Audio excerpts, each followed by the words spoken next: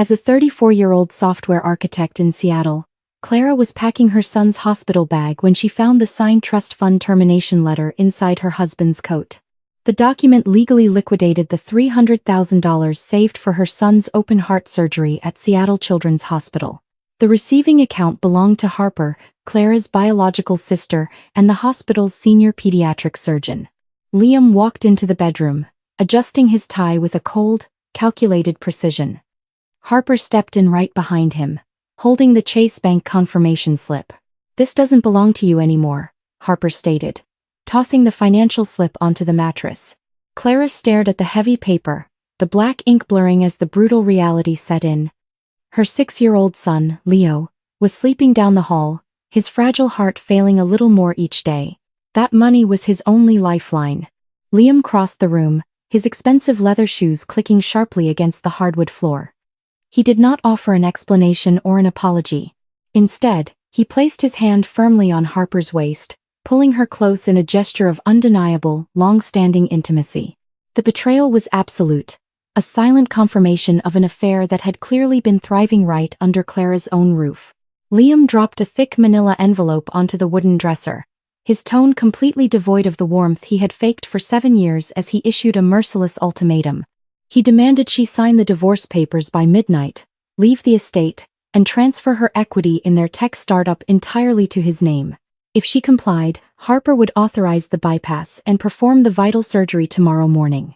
If Clara dared to call a lawyer, or if she alerted their parents about the affair, he promised Leo's operation would be permanently cancelled. Clara's breath hitched, the sheer malice of the trap suffocating her.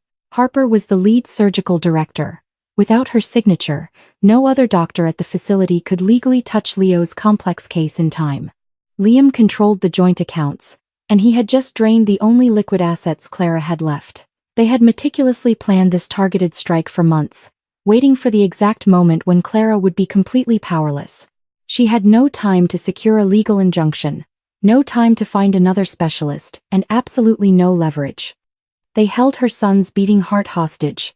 Harper walked over to Clara's vanity, casually picking up a bottle of expensive perfume and spraying it on her own wrist. She smiled, a chilling expression completely devoid of any sisterly affection. She had always envied Clara's life, her successful career, her beautiful home, and her family. Now, she was systematically taking it all. Clara wanted to scream, to tear the room apart, but the sound of Leo's quiet, labored breathing echoing from the baby monitor anchored her to the floor. Any act of rebellion right now would be an immediate death sentence for her child. The sheer audacity of the betrayal paralyzed Clara. The perfectly tailored suits Liam wore, the late-night hospital emergencies Harper claimed to have every lie suddenly materialized into a sickening montage of deceit. Harper casually admitted they had been together for 4 years, noting that Liam had only stayed in the marriage to build the startup's initial capital. Now that the company was preparing to go public and the Seattle estate was fully paid off, Clara's usefulness had simply expired. Harper coldly advised her younger sister to be a good mother and make the necessary sacrifice without putting up a pathetic fight. Clara turned toward the large bay window, overlooking the rain-slicked streets of the city, the glowing streetlights blurred against the wet glass of their $3 million property. She had spent 5 grueling years writing the foundational back-end architecture for their company's core application, sacrificing weekends and holidays to build the immense wealth Liam was now weaponizing against her. He had systematically isolated her from her professional network, convincing her to put everything in his name for tax purposes. It was not a sudden emotional betrayal. It was a carefully orchestrated corporate and financial execution designed to leave her entirely destitute. Liam tapped his index finger impatiently against the manila envelope, reminding her that the clock was relentlessly ticking. He revealed he had already instructed the corporate legal team to freeze her access to all emergency funds, boxing her in completely. He threatened to have the board of directors terminate her employment contract if she did not pack a small suitcase and leave the premises immediately. He possessed the ruthless efficiency of a corporate raider, a man who viewed human beings as disposable assets on a balance sheet. Clara's mind raced, analyzing the impossible parameters of the situation like a critical system failure in a secure server. She needed solid evidence. She needed time. If she signed the papers under severe duress, a skilled lawyer might eventually overturn them, but that grueling legal battle would take years. Leo did not have years. He barely had hours. She slowly reached for the heavy gold pen resting beside the envelope, her fingers entirely numb. Harper watched her with triumphant satisfaction, already acting like the permanent mistress of the grand house. Every maternal instinct screamed at Clara to fight, to call the police, to expose them to the entire world. But the agonizing image of Leo's pale face restrained her righteous fury. She uncapped the pen. The sharp scratch of the nib against the thick paper sounded like the tearing of her own soul. She signed her name on the dotted line, officially erasing a decade of her relentless hard work and legally surrendering her home to the monsters standing right in front of her. "Good girl," Harper sneered, snatching the papers the second the ink finally dried. She carefully placed them inside her designer handbag, her eyes gleaming with absolute malice. "I will see you at the pediatric ward at 6 in the morning. Remember to smile for the nurses. One wrong word from you, and my scalpel might accidentally slip during the bypass." Harper paused at the bedroom door, looking back at Clara with a toxic mixture of pity and contempt.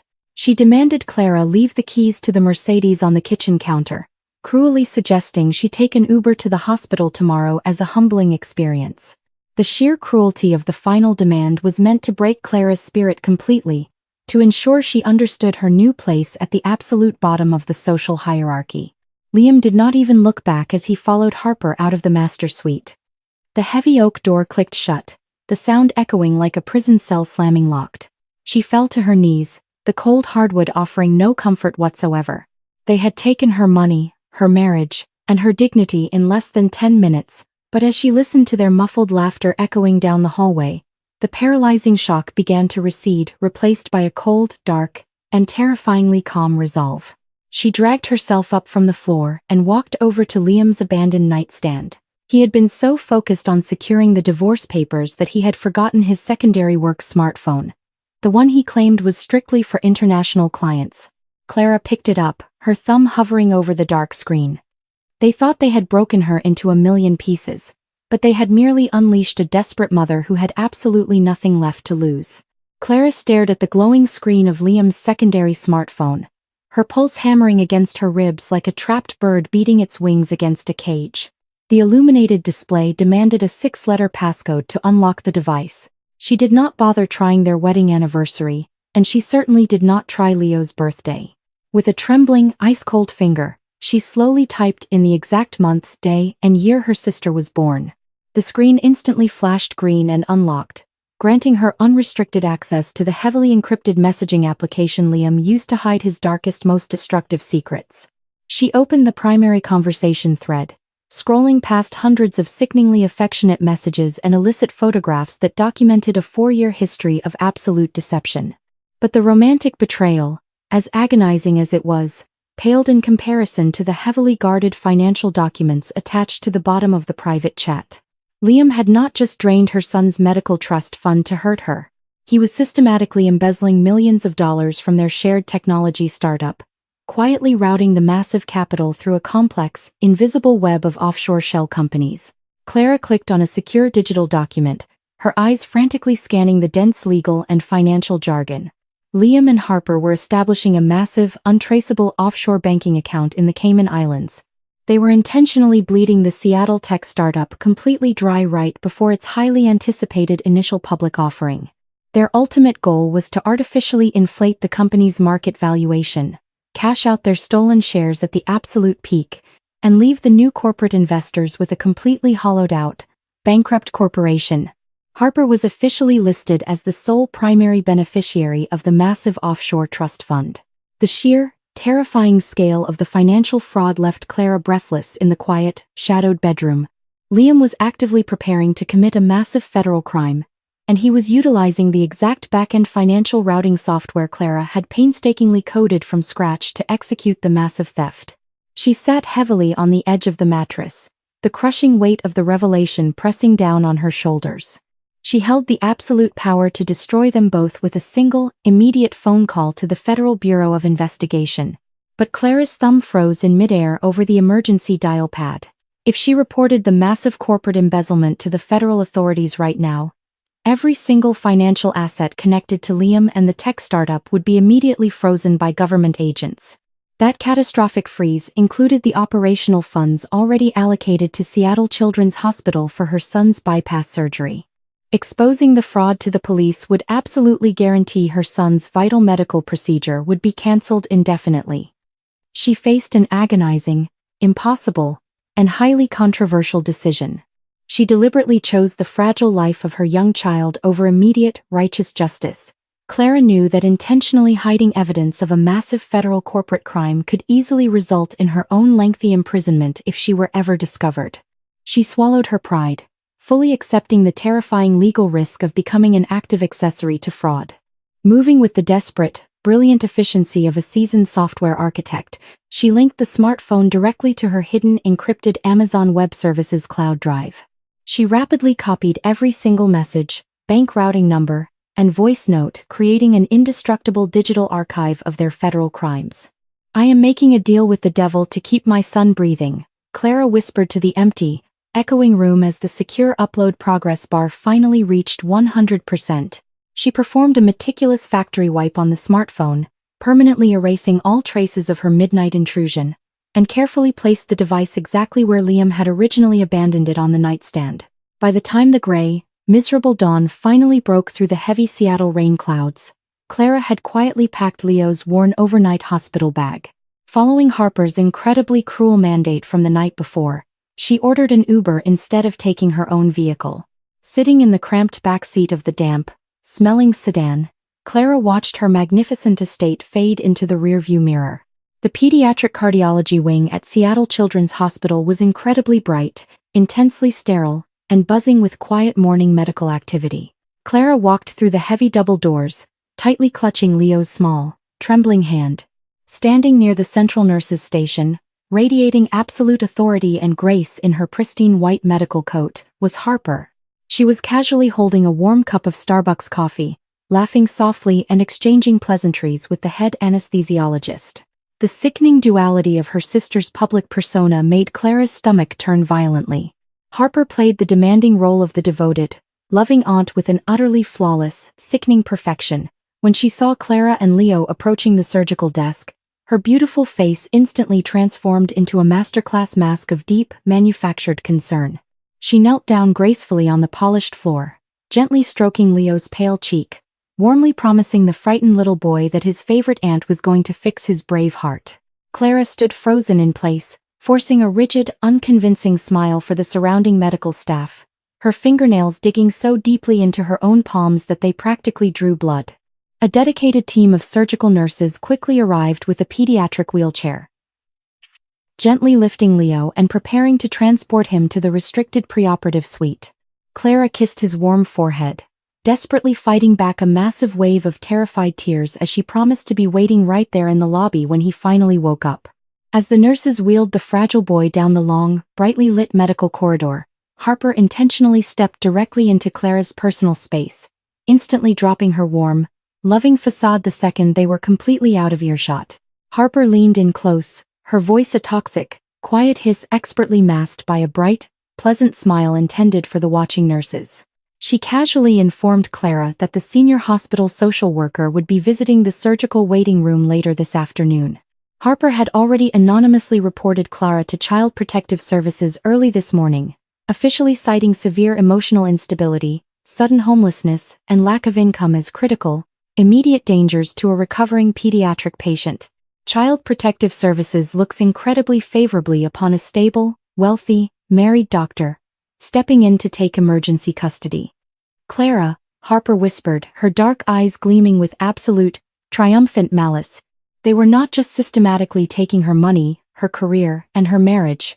They were heavily weaponizing the legal medical system to steal her only son permanently. Harper turned swiftly on her expensive heel and walked proudly through the automatic surgical doors, leaving Clara utterly alone and financially destitute in the quiet hospital waiting area. The sudden escalation of their targeted cruelty was absolute, but they had fundamentally underestimated the brilliant woman they were actively trying to destroy. Clara sat down slowly in a hard plastic waiting room chair and pulled her battered MacBook from her heavy tote bag. She bypassed the insecure public network, connecting directly to the hospital's secure administrative server using an old credential. She opened a dark command terminal on her screen, 5 years ago, while initially building the tech startup's core financial architecture, she had secretly programmed a master administrative backdoor into the system.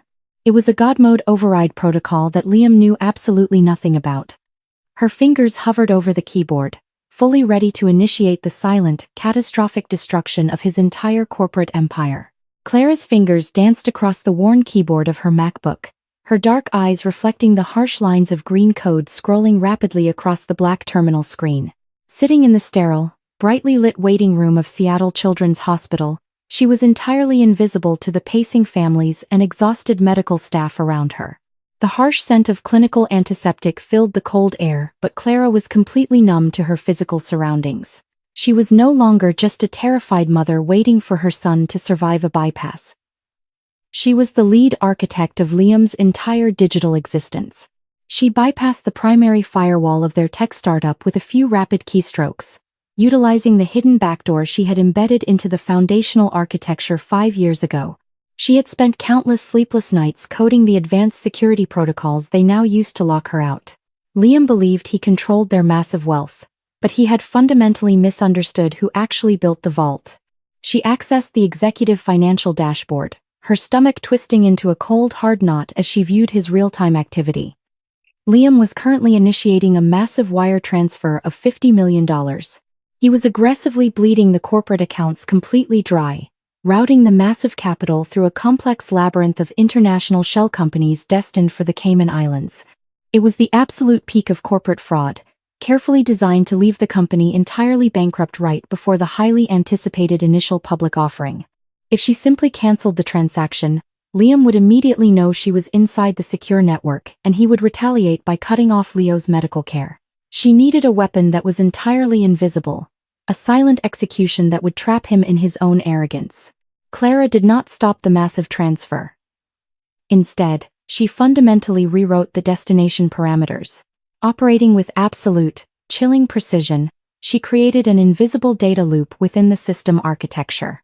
She seamlessly rerouted the $50 million into a heavily encrypted, untouchable blind trust managed by Charles Schwab, an account she had quietly established years ago exclusively under Leo's legal name. To complete the brilliant digital illusion, she hard-coded a false visual interface on Liam's executive dashboard. When he checked his computer in his luxurious downtown office, the system would falsely confirm the money had safely reached the Caribbean. He would believe he had won, completely unaware that Clara had just legally seized his entire stolen empire. "The trap is set," Clara whispered under her breath, executing the final command and closing the dark terminal. She leaned back against the hard plastic chair, the crushing emotional weight of the morning suddenly threatening to break her iron composure. Somewhere deep inside the restricted surgical wing, Harper was holding a scalpel over Leo's tiny, beating heart. The horrifying vulnerability of the situation gnawed at her sanity.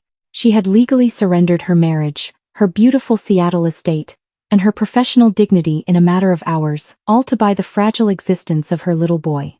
She closed her eyes, forcing herself to breathe deeply, anchoring her mind to the absolute necessity of her cold, calculating revenge. She could not afford to break down now.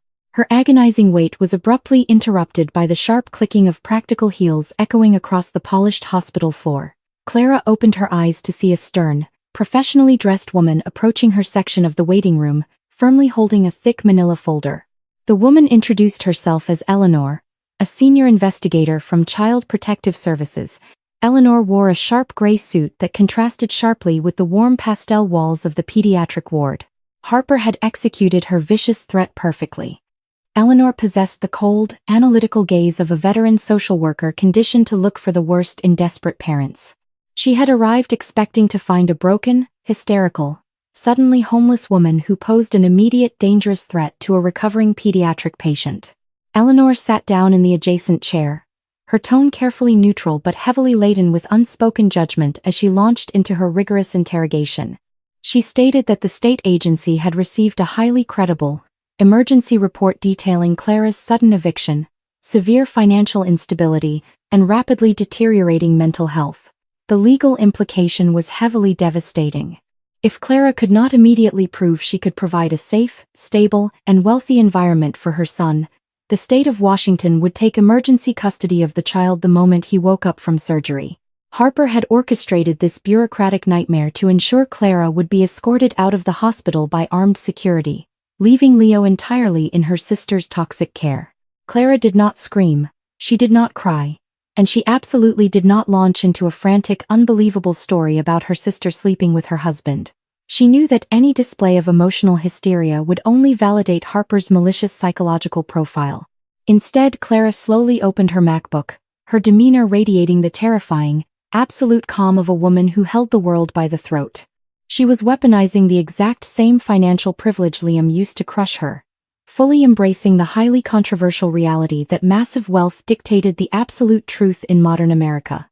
She logged into her newly secured Charles Schwab portfolio and calmly turned the bright screen toward the skeptical social worker. The verified, irrefutable digital statement clearly displayed a liquid balance of $50 million, completely destroying the false narrative of her sudden poverty. Eleanor stared at the massive string of zeros on the screen, her rigid professional composure fracturing into visible shock. Clara quietly explained that she and her husband were currently navigating a very private, highly complex corporate restructuring, which required her to temporarily relocate to a luxury penthouse suite at the Four Seasons downtown.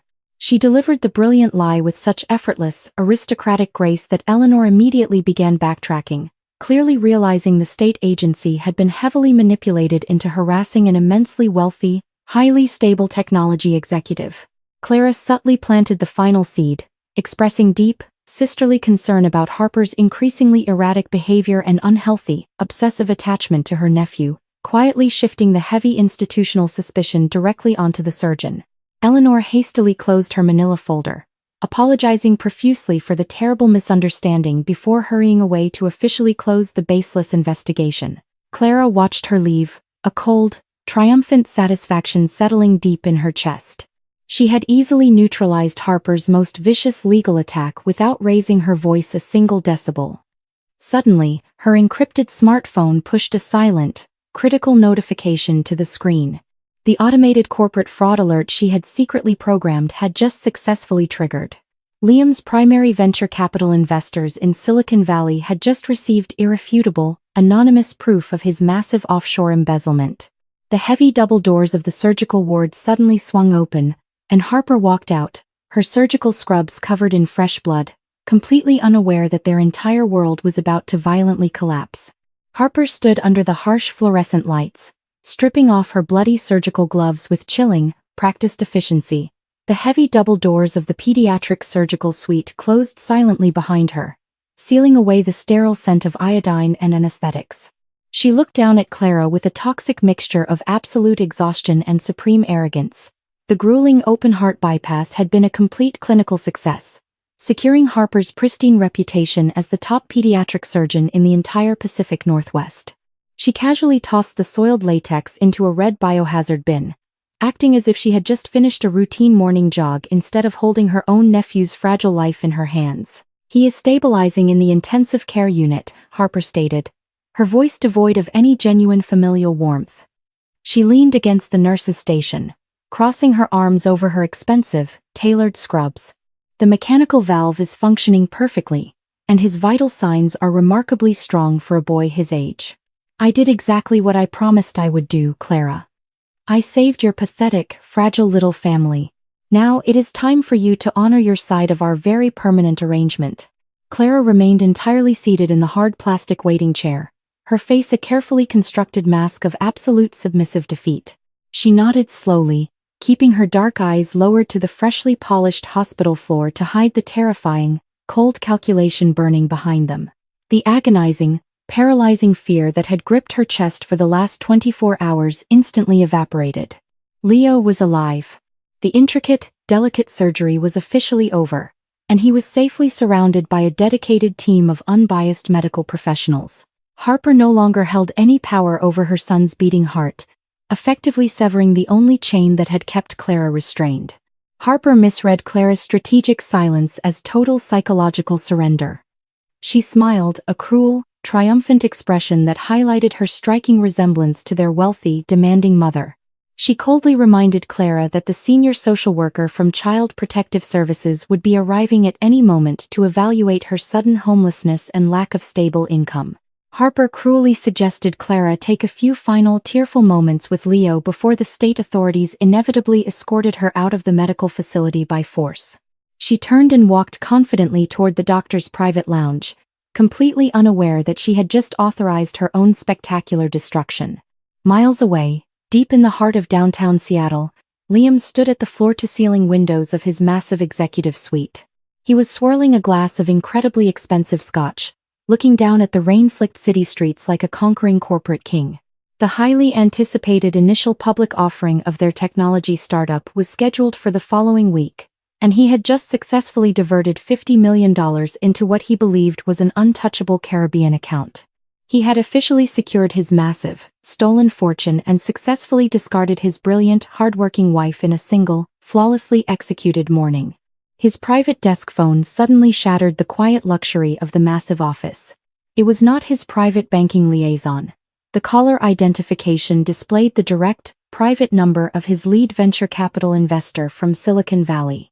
Liam set his crystal glass down on the mahogany desk, adjusting his silk tie and clearing his throat to project absolute, practiced confidence. He picked up the heavy receiver, fully expecting a congratulatory conversation regarding their upcoming public market debut. Instead, he was immediately met with the terrifying, uncontrolled screaming of an immensely powerful billionaire who had just realized he was being actively defrauded. The furious investor demanded an immediate, on-the-record explanation for the massive, anonymous data dump his firm had just received on their secure servers.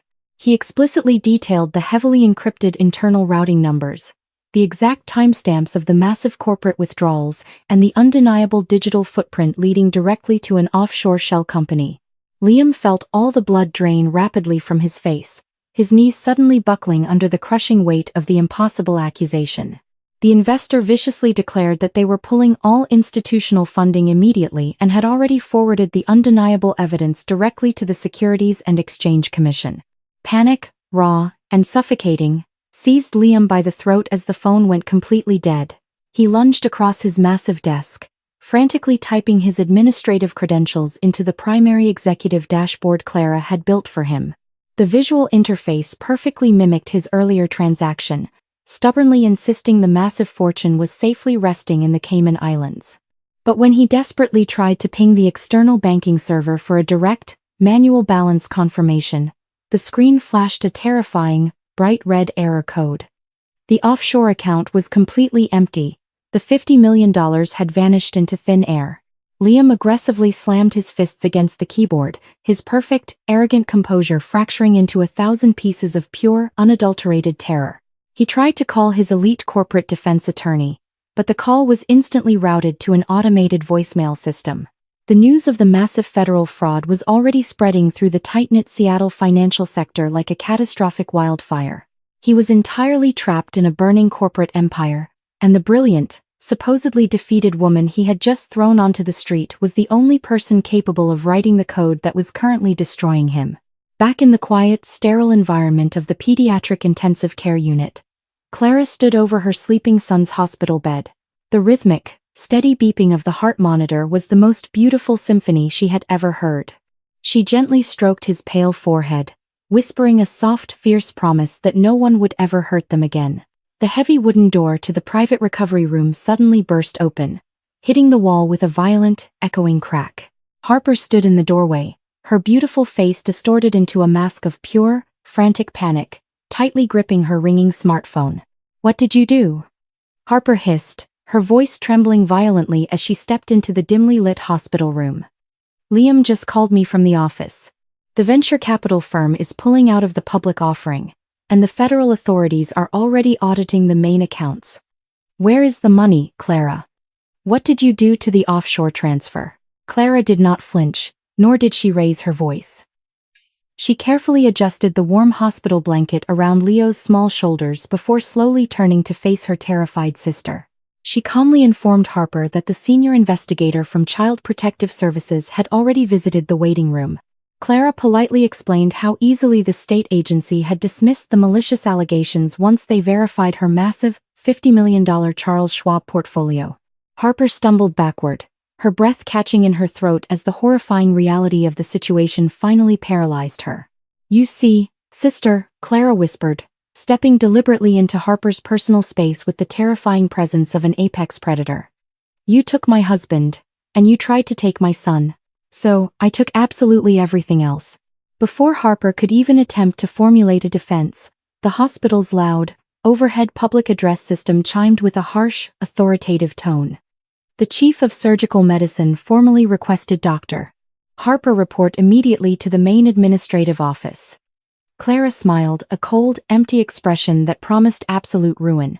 She had quietly forwarded a secondary, anonymous financial dossier to the hospital board of directors, explicitly detailing Harper's direct, illegal involvement in embezzling a pediatric medical trust fund.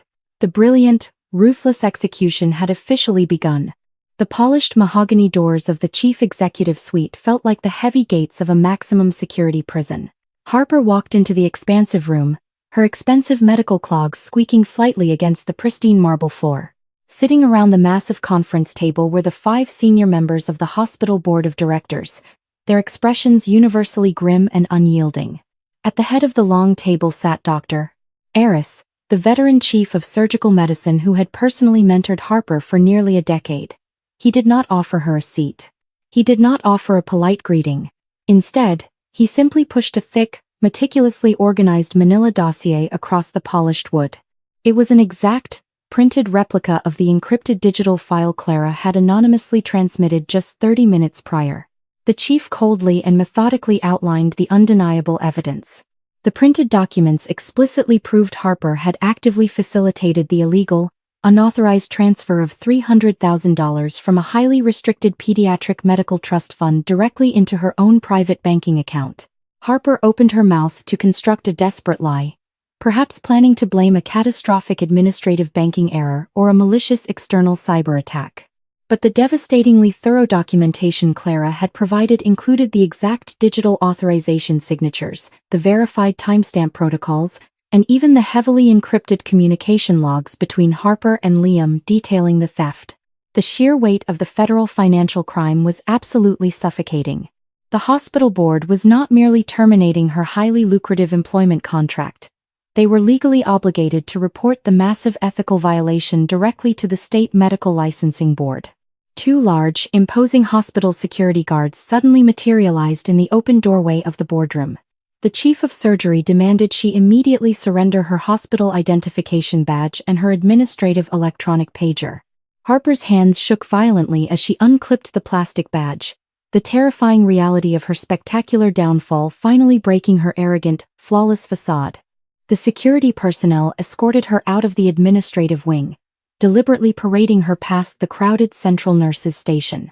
The exact same medical staff who had revered her just an hour ago now watched in stunned, disgusted silence as the disgraced surgeon was marched toward the main public exit.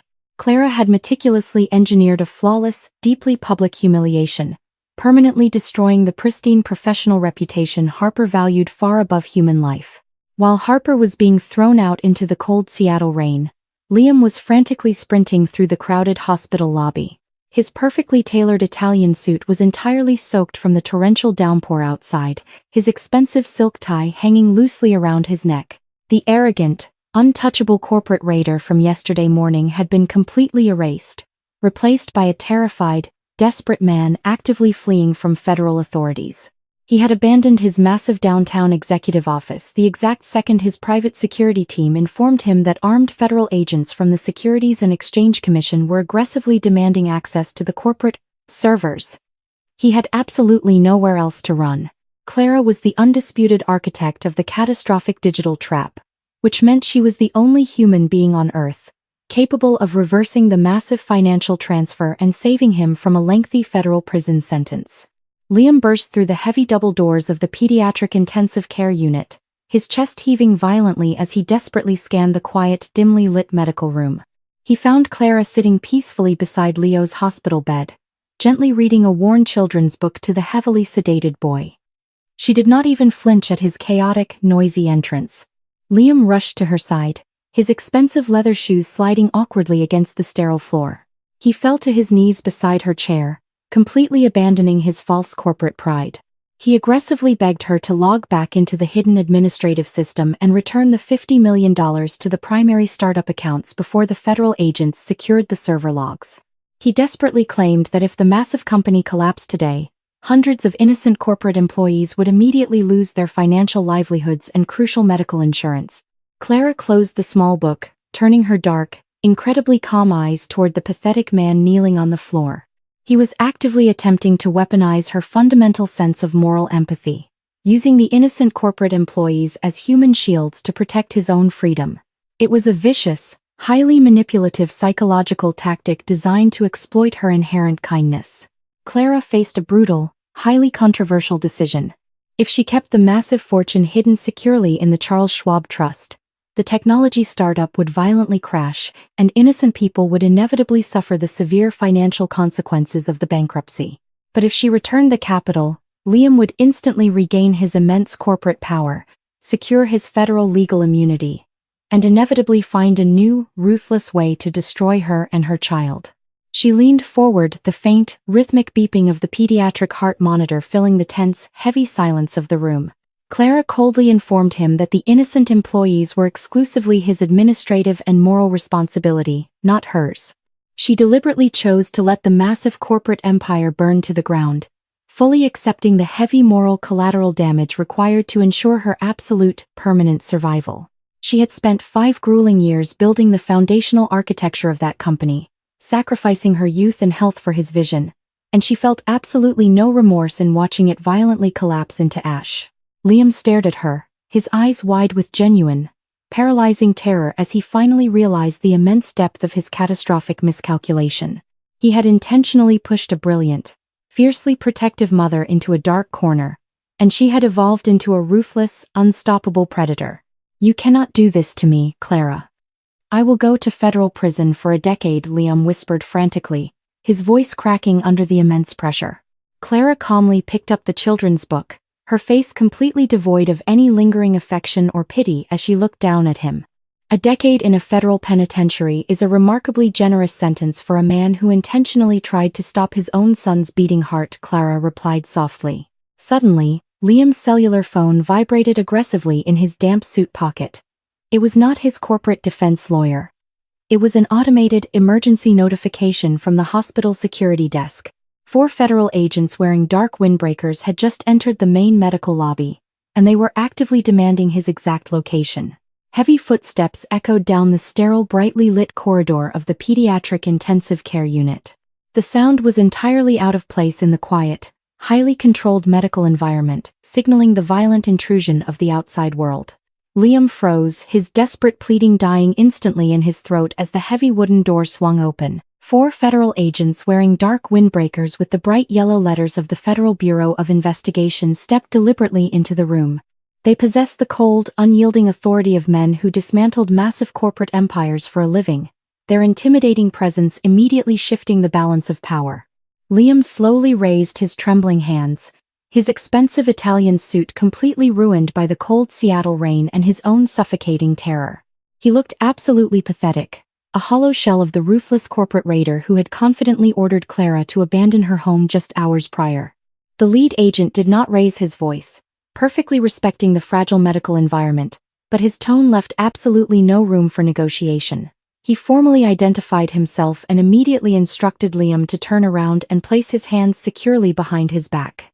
Liam cast one final, agonizingly desperate look at Clara, silently begging the brilliant software architect to deploy some miraculous digital shield to save his life. She remained perfectly still in the uncomfortable plastic hospital chair, her dark eyes reflecting the absolute, terrifying zero of a woman who had completely detached herself from his existence.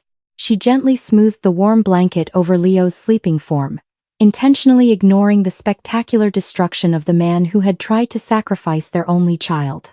The sharp, metallic click of stainless steel handcuffs locking around Liam's wrists echoed loudly in the quiet recovery room. The sound was the ultimate punctuation mark on a decade of his ruthless corporate arrogance and deep emotional manipulation. As the federal agents began quietly reciting his constitutional rights, Liam made one final, incredibly desperate maneuver. He clumsily bumped his hip against the rolling hospital tray table, intentionally knocking a small, heavy object onto Clara's lap. It was not a digital flash drive or a secondary smartphone. It was a physical, antique brass key belonging to an exclusive, unregulated private vault located deep beneath a boutique Swiss bank on Fifth Avenue. "Take it, Clara, please," Liam whispered frantically, his voice cracking with absolute desperation. "Use it for the lawyers. I will give you everything." Liam had secretly maintained the hidden safety deposit box for years, quietly hoarding millions of dollars in unregistered bearer bonds and raw, untraceable diamonds. It was his ultimate, paranoid failsafe, a massive physical fortune completely disconnected from the compromised digital corporate servers. He was terrified of the brutal reality of a federal penitentiary, completely willing to surrender his ultimate secret to avoid the suffocating confines of a concrete cell. He was attempting to buy his physical freedom with the exact same dirty, stolen money he had spent years hiding from her and the federal government. Clara stared down at the cold, heavy brass key resting in her palm. It represented the darkest, most corrupt aspect of Liam's criminal empire, entirely composed of stolen corporate funds and systemic fraud. Returning the key to the federal agents right now was the only legally and morally correct action, the absolute duty of a law-abiding citizen. But Clara was no longer playing by the ethical rules of a civilized society that had repeatedly failed to protect her. She faced a highly controversial, morally gray decision regarding the massive, illicit fortune resting in her hands. She slowly closed her fingers around the brass key, slipping it silently into the deep pocket of her modest cardigan. She deliberately chose to keep the massive, untraceable wealth for herself, securing an absolute, impenetrable financial fortress for her son's future. It was a staggering act of theft, perfectly matching his own ruthless tactics. However, she had absolutely no intention of using a single cent to hire a defense attorney for the man currently being dragged out of the hospital room. She was actively stealing the last remaining parachute from a man plummeting rapidly toward the ground, condemning him to a guaranteed federal conviction. Liam saw the cold, ruthless finality in her dark eyes and instantly realized she had just taken his final asset without offering any salvation in return. He completely lost his mind, screaming her name in pure, unadulterated agony as the federal agents forcefully dragged him out into the bright corridor. His manic, terrifying shouts faded slowly down the long hallway, leaving behind a profound, incredibly heavy silence in the pediatric ward. Clara let out a long, shaky breath, her iron composure finally cracking just a fraction as the immense adrenaline slowly drained from her exhausted body. She had successfully neutralized the architect of her suffering, sending him to a federal penitentiary while securing a massive, untouchable fortune. But the brutal, emotional war was not entirely over yet. Deep in the subterranean levels of the hospital parking garage, the cold Seattle air was thick with the harsh smell of vehicle exhaust and damp concrete. Harper sat shivering violently in the driver's seat of her sleek black Mercedes, the expensive leather interior offering absolutely no comfort. Her immaculate medical scrubs were still stained with dried blood, a horrifying reminder of the brilliant surgical career she had just spectacularly lost. The state medical board had already issued an emergency suspension of her license, and her primary banking institution had completely frozen her personal accounts pending the massive federal fraud investigation. She was entirely destitute, stripped of the immense social power she had wielded like a weapon against the entire hospital staff. She had spent her entire adult life meticulously building a flawless, aristocratic persona, sacrificing every genuine human connection for professional prestige and immense wealth. Clara had systematically dismantled that beautiful, glittering illusion in less than 3 hours, leaving Harper with absolutely nothing but a shattered reputation and a terrifyingly empty future. The sheer, overwhelming magnitude of the humiliating defeat twisted her inherent arrogance into a dark, violent, and utterly unhinged obsession. She could not simply walk away and accept the catastrophic consequences of her own malicious actions. "You do not get to walk away from this," Harper hissed to the empty, dark cabin of the vehicle. Harper violently struck the leather steering wheel with her bare fists, a raw, animalistic scream tearing through her throat. She refused to let her younger, supposedly inferior sister win this devastating psychological war. Harper opened the sleek, velvet-lined glove compartment of the luxury vehicle, her trembling fingers bypassing the registration papers and expensive sunglasses. She reached deep into the dark recess and pulled out a heavy, matte black handgun she had purchased years ago for personal protection. She chambered around with a sharp, metallic click that echoed loudly inside the soundproof cabin of the German luxury car. Clara had successfully utilized digital architecture and federal law to destroy their lives. But Harper was now fully committed to a much older, far more primitive form of absolute justice. She turned off the engine, plunging the vehicle into total darkness as she settled in to wait for her sister to finally walk out of the hospital doors. The cold, damp air of the subterranean parking garage smelled heavily of vehicle exhaust and impending violence. Clara stepped out of the brightly lit hospital elevator, her flat shoes echoing sharply against the cracked concrete floor. She was completely exhausted, her physical body running entirely on the fading remnants of pure adrenaline. She tightly clutched her worn leather tote bag, the heavy brass key of the Swiss vault resting securely at the bottom like a dark, metallic anchor. She had survived the most agonizing day of her entire life, successfully securing her son's future and completely dismantling the massive corporate empire of the cruel man who had betrayed her. She walked slowly toward the designated rideshare pickup zone, navigating the dimly lit rows of parked vehicles. The oppressive silence of the underground structure felt heavily suffocating, a stark contrast to the chaotic, noisy medical ward upstairs. She did not notice the sleek, black Mercedes idling silently in the darkest corner of the concrete structure. Harper stepped out from behind a massive cement pillar, blocking the only exit path. She looked absolutely terrifying, a fallen aristocrat completely stripped of her pristine medical disguise. Her expensive scrubs were still heavily stained with dried blood, and her dark eyes burned with a manic, unhinged intensity. Clara stopped immediately, her sharp analytical mind instantly assessing the catastrophic threat. She did not scream, and she did not attempt to run back toward the heavy steel elevator doors. Harper slowly raised her right hand, the harsh fluorescent overhead light gleaming off the dark, metallic barrel of a heavy handgun. The weapon was pointed directly at Clara's chest, the absolute, terrifying manifestation of a desperate woman who had completely lost her grip on reality. Harper had spent her entire adult life utilizing scalpels to save pediatric lives, but she was now fully prepared to use a firearm to end one. Harper demanded Clara drop her leather bag, her voice trembling with a toxic mixture of profound rage and absolute humiliation. She viciously accused Clara of destroying their family, completely ignoring her own horrific betrayal and the massive financial fraud she had actively orchestrated. Harper claimed that Clara had always been the pathetic, weak sister, and it was deeply unfair that Clara now held the ultimate power. She cocked the heavy weapon, the sharp, mechanical click echoing loudly through the empty concrete structure.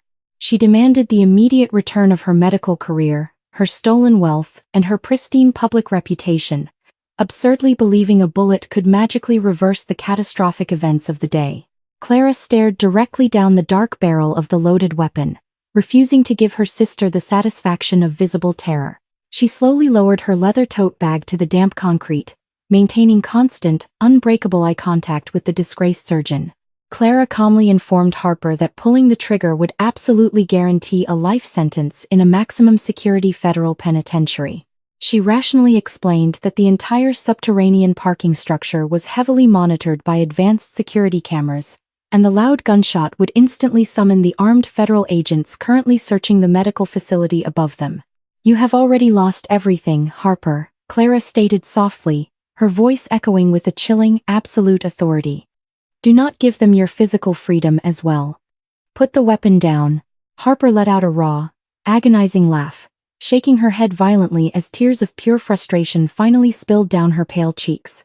She completely rejected the logical, rational argument, her shattered ego demanding immediate, absolute revenge. She stepped closer, closing the physical distance between them, her finger tightening dangerously around the curved metal trigger.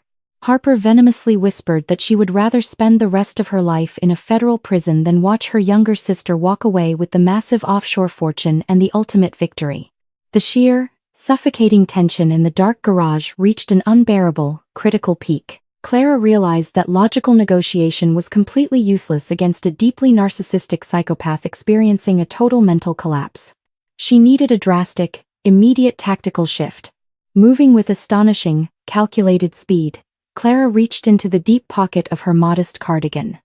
She did not pull out a weapon, she pulled out her encrypted smartphone.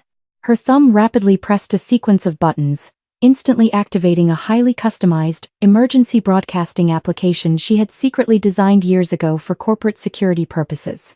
A piercing, deafening alarm suddenly erupted from the smartphone, echoing violently off the concrete walls and amplifying the agonizing sound. It was not a standard police siren. It was the exact, highly distinctive emergency code used by the hospital to indicate an active, catastrophic threat in the building. Simultaneously, the application bypassed the local network firewall and forcefully seized control of the automated garage security system. Every single overhead emergency light in the massive subterranean structure instantly flashed a blinding, brilliant red, plunging the dark garage into a chaotic, disorienting strobe effect. Harper flinched violently, instinctively raising her free arm to shield her sensitive eyes from the blinding, pulsing red lights. The sudden, overwhelming sensory overload completely shattered her aggressive focus. In that critical, fleeting fraction of a second, Clara lunged forward. She did not attempt to wrestle the heavy firearm away from the frantic surgeon. Instead, Clara violently shoved Harper backward with every ounce of her remaining physical strength. Harper stumbled awkwardly in her expensive medical clogs, her legs tangling together as she crashed heavily into the hard, unforgiving concrete pillar behind her. The heavy, dark handgun slipped from Harper's trembling grip, clattering loudly across the damp floor and sliding safely under a parked vehicle. Before Harper could recover from the violent impact, the heavy steel doors of the main medical elevator burst open. 6 armed hospital security officers and 2 federal agents flooded into the pulsing red garage, their weapons drawn and scanning frantically for the active threat. They instantly spotted the disgraced surgeon collapsed on the floor, weeping uncontrollably in the blinding emergency lights. Clara stepped back into the shadows, a cold, empty silence settling deep in her exhausted soul as she watched the officers surround her broken sister. The lead federal agent immediately recognized the fallen woman from the massive financial dossier they had been reviewing upstairs. He forcefully instructed his team to secure the distressed suspect, firmly placing Harper under official federal arrest for her direct involvement in the staggering corporate embezzlement scheme.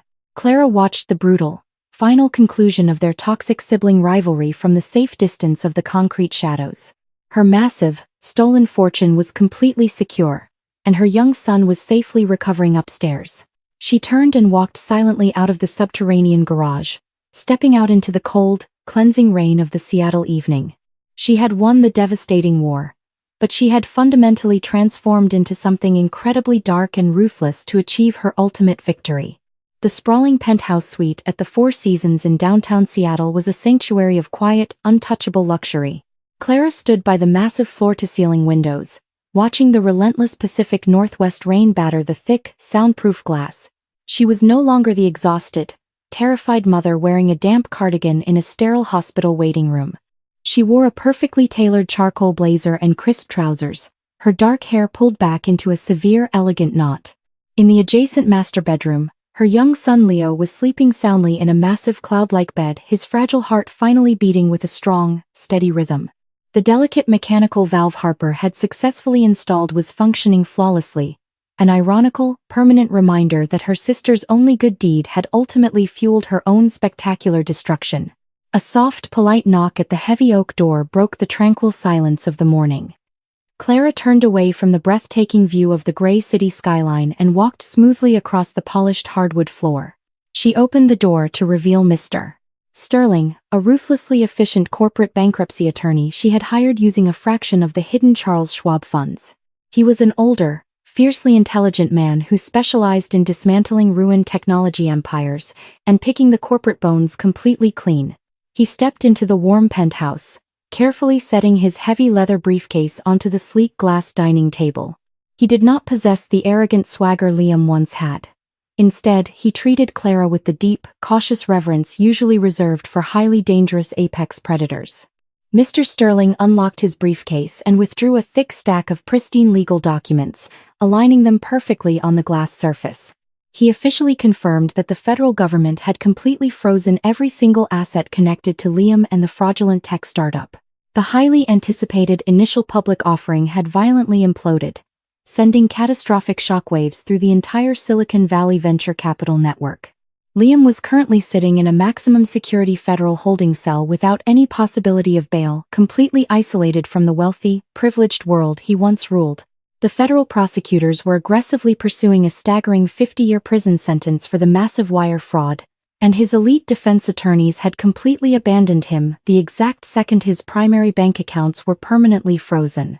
Clara sat gracefully in a velvet dining chair, her expression a mask of cold, serene calculation as she reviewed the catastrophic corporate damage. Mr. Sterling slid a separate, incredibly thick manila envelope across the table. It contained the finalized, expedited divorce decree. The original, maliciously cruel documents Liam had forced her to sign under severe emotional duress at the hospital had been completely invalidated by a federal judge the moment the embezzlement charges were formally filed. Now, Clara was the sole architect dictating the absolute terms of their permanent separation. She demanded full, uncontested legal and physical custody of Leo, explicitly stripping Liam of all parental rights forever. Furthermore, the new legal documents systematically transferred the massive, crippling debt of the failed startup entirely onto Liam's shoulders.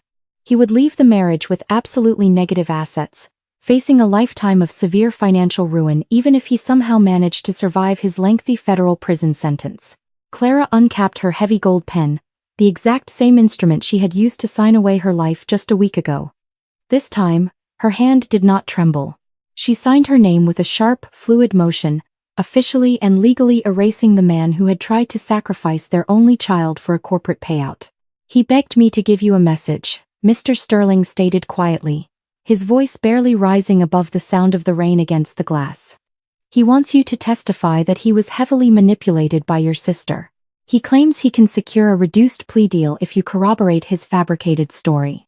Clara looked up from the signed divorce papers, a chilling, humorless smile touching the corners of her mouth. "Tell my former husband that my memory is entirely focused on the future, and I have absolutely no recollection of his pathetic excuses," Clara replied, her tone echoing with absolute, freezing finality. Mr. Sterling nodded slowly, visibly terrified by her absolute lack of empathy, and carefully packed the signed divorce decree into his briefcase. He then presented the final, most controversial piece of their complex legal strategy. He handed her the confidential auction listings for the bankrupt technology startup. Clara formally instructed the veteran attorney to establish a blind, anonymous holding corporation in Delaware. She planned to use a small portion of her securely hidden, untraceable $50 million to legally purchase the foundational software architecture of the ruined company for pennies on the dollar. She was brilliantly and ruthlessly laundering her stolen fortune, buying back the exact same corporate empire she had built, but doing so completely free of Liam's toxic presence and heavy federal scrutiny. It was a staggering, ethically dark financial maneuver that crossed multiple moral boundaries, but Clara felt absolutely no remorse. The civilized legal world had completely failed to protect her fragile family, so she had simply rewritten the rules of the game to ensure she would never be vulnerable again. Mr. Sterling silently processed the terrifying brilliance of the illegal scheme, wisely choosing to remain completely quiet and accept his massive, exorbitant retainer fee. Before he left the luxurious suite, he placed one final item on the glass table. It was a crumpled, standard-issue federal prison envelope addressed to Clara in jagged, frantic handwriting. It was from Harper. Clara waited until the heavy oak door clicked shut behind the lawyer before she slowly picked up the cheap, rough envelope. The state medical board had officially revoked Harper's prestigious surgical license permanently, and she was currently awaiting trial in a bleak, overcrowded county detention center. Clara tore open the seal and unfolded the single sheet of lined paper. Harper's words were a chaotic, pathetic mess of desperate apologies and furious, unhinged accusations, begging Clara to hire a psychiatric defense team to save her from a lengthy prison sentence.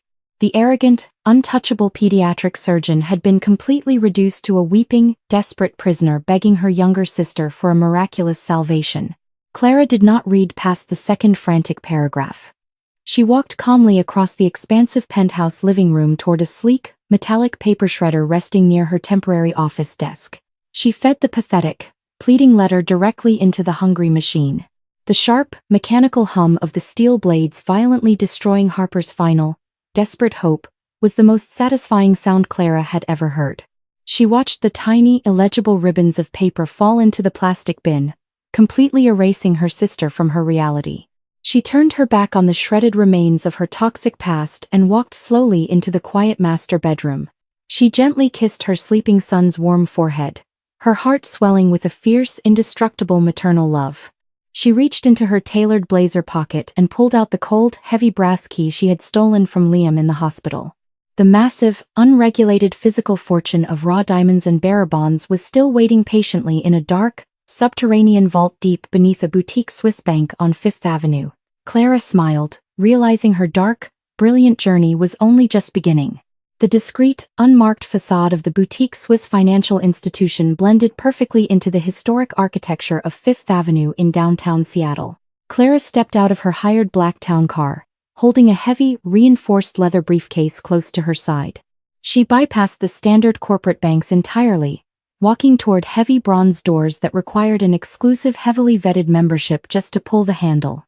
Liam had spent years bragging about his impenetrable, off-the-grid financial fortress, completely unaware that he was simply gathering a massive treasure for the wife he had so cruelly underestimated.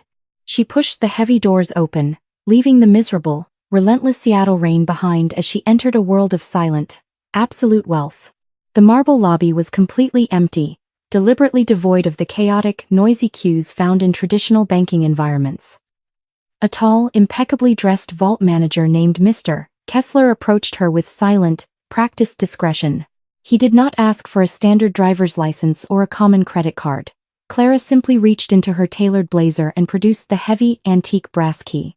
She accompanied the physical key with a flawless, digitally forged spousal authorization document she had coded from scratch the previous night, completely bypassing the bank's stringent security protocols. The advanced biometric scanner on the manager's tablet flashed a vibrant green, officially accepting her fabricated digital identity without a single warning error. The manager examined the heavy brass key and the immaculate digital signature, nodding slowly before guiding her toward the subterranean security elevator. Descending deep beneath the bustling city streets, Clara felt the immense, suffocating pressure of the earth pressing down around them. The heavy steel elevator doors opened to reveal a massive, heavily fortified vault room constructed of thick titanium and reinforced concrete. Mr. Kessler led her down a long, incredibly quiet corridor lined with thousands of identical, numbered deposit boxes. He stopped in front of a large, secure panel, inserting his master key before gesturing for Clara to use her brass instrument. The heavy locking mechanism disengaged with a deep, echoing thud that resonated perfectly with her own heartbeat. The manager discreetly stepped back, turning his face away to offer her absolute, unmonitored privacy as she pulled the heavy steel drawer from the wall. Clara stared into the dark recess of the massive deposit box, the sheer magnitude of Liam's hidden criminal empire finally revealing itself. Neatly stacked on the left side were thick, heavy bundles of unregistered bearer bonds, each certificate representing an untraceable fortune in liquid capital. On the right side rested 3 black velvet pouches, heavy and dense with raw, uncut diamonds Liam had smuggled through international shell companies. It was dirty, blood-stained wealth built on a solid foundation of massive corporate fraud and shattered lives. Returning this physical fortune to the federal authorities would secure her reputation as an honest, law-abiding citizen. But Clara had completely lost her faith in the protective power of common morality. She reached into the dark steel box, her fingers brushing against the rough texture of the velvet pouches. She made an irreversible, deeply controversial decision to fully embrace the darkness her husband had forced upon her. She systematically transferred the massive stacks of bearer bonds and the heavy diamond pouches into her reinforced leather briefcase, packing the illegal fortune with chilling, calculated efficiency. She was officially completing her transformation from a betrayed, desperate mother into an untouchable, fiercely independent apex predator. She closed the empty steel drawer, the metallic slam echoing loudly through the silent vault like the closing of a coffin lid on her former, innocent life. Mr. Kessler turned back around, his expression completely neutral and utterly devoid of any moral judgment. He politely asked if she wished to formally terminate the private security contract since the massive box was now entirely empty. Clara securely locked her leather briefcase, the heavy weight of the stolen millions anchoring her firmly to the polished concrete floor. She looked the experienced Swiss banker directly in the eyes, radiating the terrifying, absolute authority of a woman who had just conquered her entire world. "No, Mr. Kessler. Leave the account open," Clara stated smoothly, her voice echoing perfectly in the quiet subterranean chamber. "I intend to fill it back up very soon." She walked out of the heavily fortified bank and stepped back into the gray, stormy afternoon, completely unbothered by the cold rain hitting her face. The massive, illicit fortune was secured safely in her hand, the final, crucial puzzle piece in her brilliant survival strategy. She instructed her private driver to take her directly back to the pediatric recovery wing at Seattle Children's Hospital. The brutal, devastating war against her toxic family was officially over, and it was finally time to collect the only treasure she actually cared about. When Clara entered the private, brightly lit hospital room, Leo was sitting up in his bed, happily coloring in a large picture book. The healthy, vibrant color had finally returned to his small cheeks, completely replacing the terrifying, pale frailty that had haunted her for months. He looked up and smiled, a pure, innocent expression that instantly washed away the heavy, dark sins she had committed to save him. Clara sat on the edge of the hospital bed, wrapping her arms carefully around his small, healing body. She whispered a fierce, loving promise into his hair, vowing that they were going to start a brand new, incredibly beautiful adventure together far away from the dark shadows of the city. While Leo went back to his colorful drawing, Clara opened her encrypted smartphone and accessed a highly secure, elite aviation application. She did not book a standard commercial flight. She utilized her massive, untraceable wealth to charter a private, long-haul Gulfstream jet. She arranged for a specialized pediatric medical team to accompany them on the luxurious flight, ensuring Leo's absolute safety during the long international journey. She was permanently relocating them to a magnificent, heavily guarded private estate situated on the pristine coastline of New Zealand, completely beyond the reach of the American federal authorities, the ruined tech startup, and the shattered remnants of her toxic family. As the secure application confirmed the massive wire transfer for the private jet, a breaking news alert suddenly flashed across her screen, revealing the horrific, final legal fate of her disgraced sister. The bright screen of the encrypted smartphone illuminated the dim hospital room, displaying the breaking local news headline in bold, unforgiving letters. Clara tapped the screen, reading the catastrophic details of her sister's final, spectacular downfall. The federal judge had officially denied Harper any possibility of bail, citing her immense flight risk and the severe, malicious nature of the Pediatric Medical Trust Fund embezzlement. The disgraced surgeon was currently being transferred to a maximum security state penitentiary to await a highly publicized criminal trial that would inevitably end in a 20-year sentence. A second news article detailed the complete, violent collapse of Liam's technology startup. The Securities and Exchange Commission had formally indicted him on 34 counts of massive federal wire fraud. The arrogant corporate raider who had confidently ordered Clara out of her own home was now facing a guaranteed 50 years behind thick concrete walls, completely abandoned by the wealthy Seattle elite he had tried so desperately to impress. Clara slowly locked the dark screen of her smartphone, permanently severing her digital and emotional connection to the toxic world she had just successfully destroyed. She slipped the device deep into the pocket of her tailored blazer, feeling the heavy, reassuring weight of the antique brass key resting right beside it. The dedicated pediatric medical team arrived a few moments later, expertly transferring a smiling, resilient Leo into a specialized, highly comfortable transport wheelchair. Clara walked beside her young son as they finally left the intensive care unit, the harsh fluorescent lights of the hospital giving way to the soft, gray evening of the Pacific Northwest. She did not look back at the sterile building where her marriage had violently ended and her brilliant, ruthless rebirth had officially begun. A massive, black luxury transport vehicle was idling quietly at the private medical exit, shielding them completely from the relentless Seattle rain. They drove smoothly toward the private aviation terminal at Boeing Field, bypassing the chaotic, miserable commercial traffic entirely. Waiting for them on the wet, shimmering tarmac was a magnificent, long-haul Gulfstream private jet, its sleek white fuselage glowing under the massive runway lights. A polite professional flight crew immediately welcomed them aboard the luxurious aircraft, guiding Leo into a massive, cloud-like leather reclining seat equipped with advanced, portable medical monitoring equipment. Clara sat directly across from her young son, accepting a warm glass of sparkling water from the attentive flight attendant. The heavy cabin door closed with a firm, secure thud, sealing them inside a perfect, untouchable bubble of immense wealth and absolute safety. The powerful, twin-engine jet taxied smoothly down the long, dark runway, the deep vibration of the massive turbines vibrating softly through the luxurious cabin. With a sudden, breathtaking surge of pure aerodynamic power, the aircraft lifted gracefully off the damp Seattle tarmac, tearing through the heavy, gray rain clouds and ascending rapidly toward the incredibly clear, starlit sky above. Clara looked out the small oval window, watching the glowing, sprawling grid of the city slowly shrink into a chaotic blur of meaningless lights. Down there, in the dark, damp concrete cells of the federal justice system, Liam and Harper were just beginning their endless, agonizing nightmares. Up here, surrounded by the quiet hum of the massive jet engines, Clara had successfully rewritten the fundamental code of her entire existence, transforming a devastating betrayal into an absolute, untouchable triumph. As the luxurious aircraft reached its cruising altitude of 40,000 feet, Clara gently unlatched her heavy leather briefcase, the one containing the massive, untraceable fortune she had personally liberated from the subterranean Swiss vault. She ran her fingers lightly over the thick bundles of unregistered bearer bonds and the heavy velvet pouches filled with raw diamonds.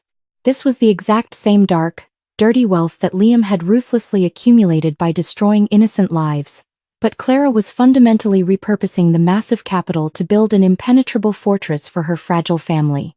She had already instructed her elite international legal team to finalize the discreet purchase of a massive, heavily guarded coastal estate located on the pristine, rugged shores of the South Island of New Zealand. It was a breathtaking, isolated paradise located thousands of miles away from the venomous reach of American corporate law and the toxic, shattered remnants of her biological family. Leo had fallen into a deep, peaceful sleep across the wide aisle, the steady, rhythmic blinking of the portable medical monitor confirming his absolute physical stability. Clara covered him with a soft, incredibly warm cashmere blanket, a profound sense of maternal victory washing over her exhausted soul. She had survived the most brutal, terrifying 48 hours of her entire adult life, successfully navigating a deadly labyrinth of corporate fraud, medical blackmail, and physical violence. She had defeated a ruthless billionaire and a psychopathic surgeon using nothing but her brilliant, analytical mind and an absolute, uncompromising refusal to be a quiet, submissive victim. She had completely shattered the traditional, passive expectations of a betrayed wife, evolving into an apex predator who decimated her enemies with cold, mathematical precision. The flight attendant quietly cleared the empty glasses from the polished mahogany table, dimming the main cabin lights to a soft, warm amber glow. Clara leaned back into the plush leather seat, the tension finally leaving her rigid shoulders as the massive aircraft hurtled silently across the vast, dark expanse of the Pacific Ocean. The devastating war was officially over. She had secured the ultimate permanent revenge by simply surviving the violent inferno they had deliberately ignited, walking away from the ashes with absolute, unmitigated power. True justice is rarely delivered perfectly wrapped by the blind hands of the traditional legal system. Sometimes, it must be violently carved out of the darkness by those who refuse to be broken by the cruelty of others. Society constantly demands that we remain unconditionally kind, endlessly forgiving those who deliberately inflict unimaginable pain upon our fragile souls. However, true morality does not require a victim to quietly surrender their dignity to the monsters hiding within their own homes. There is a profound, undeniable righteousness in protecting the innocent, even if it requires embracing the very shadows your enemies tried to drown you in. Kindness is an incredibly beautiful, sacred virtue, but it must be fiercely protected by heavy, iron walls and a cold, unwavering resolve. Ultimately, the greatest revenge against toxic betrayal is not merely the spectacular destruction of the guilty, but the beautiful, unapologetic survival of the pure.